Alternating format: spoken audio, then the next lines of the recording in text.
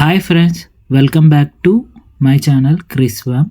మీరు movie updates కోసం చూస్తున్నట్టయితే మా ఛానల్ని సబ్స్క్రైబ్ చేసుకుంటుంది. ఇంకా వివరాల్లోకి వెళ్తే కన్నప్ప మూవీ ఒక్క satellite rights and digital rights business గురించి ఈ వీడియో అయితే ఉండబోతుందన్నమాట.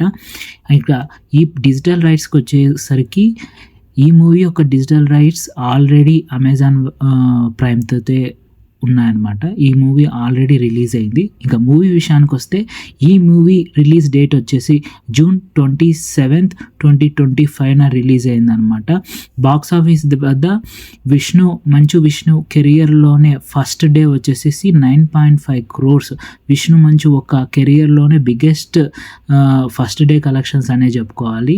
మెయిన్ కారణం అక్కడ ప్రభాస్ ఉన్నాడన్న దాంతో ఈ మూవీకి అయితే అంత కలెక్షన్స్ ఫస్ట్ డే అయితే రావడం జరిగింది. ఇంకోటి ఈ మూవీ టాక్స్ కూడా పాజిటివ్ టాక్స్ అయితే అందుకుందనమాట.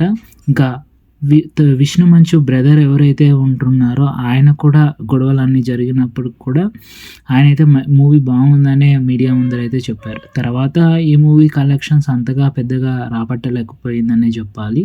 ఇక ఈ భక్తి ఎఫెక్ట్ ఇంకా హాట్గానే ఉందని చెప్పాలి. ఈ మూవీ ఒక శాటిలైట్ రైట్స్ హిందీలో ఏకంగా 20 కోట్లకి వెళ్ళినట్టయితే విశ్వసనీయమైన సమాచారం అయితే అందుతుందన్నమాట. ఇంకా హిందీ శాటిలైట్ రైట్స్ మాకెందుకురా, తెలుగు శాటిలైట్ రైట్స్ గురించి కదా మాకు కావాల్సిండేది అంటారా? సో అక్కడికే వస్తున్నా అనమాట.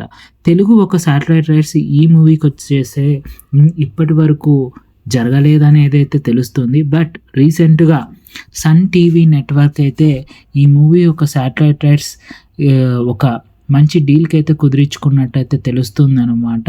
బట్ ఎంత ప్రైస్కి అనేది అయితే తెలియదు.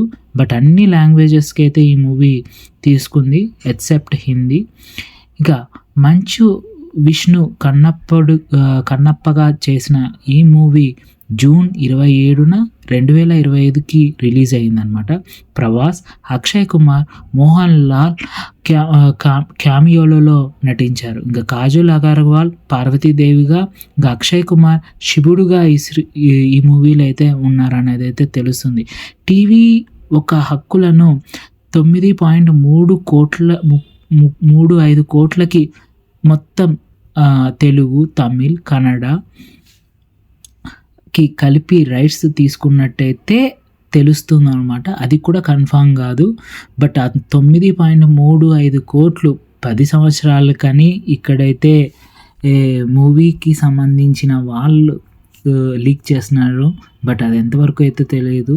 బట్ మామూలుగా అయితే ఏ మూవీ రైట్స్ తీసుకున్నా 5 సంవత్సరాలకి అయితే వాళ్ళు తీసుకుంటారనమాట.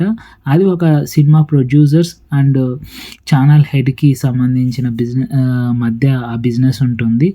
చూడాలి ఈ మూవీకి ఇంతగా 9.5 కోట్లు పెట్టి తీసుకున్నారంటే మరి అంతకి మూవీ ఎక్స్పెక్ట్ చేస్తుందా లేదా అనేది తెలియాలి.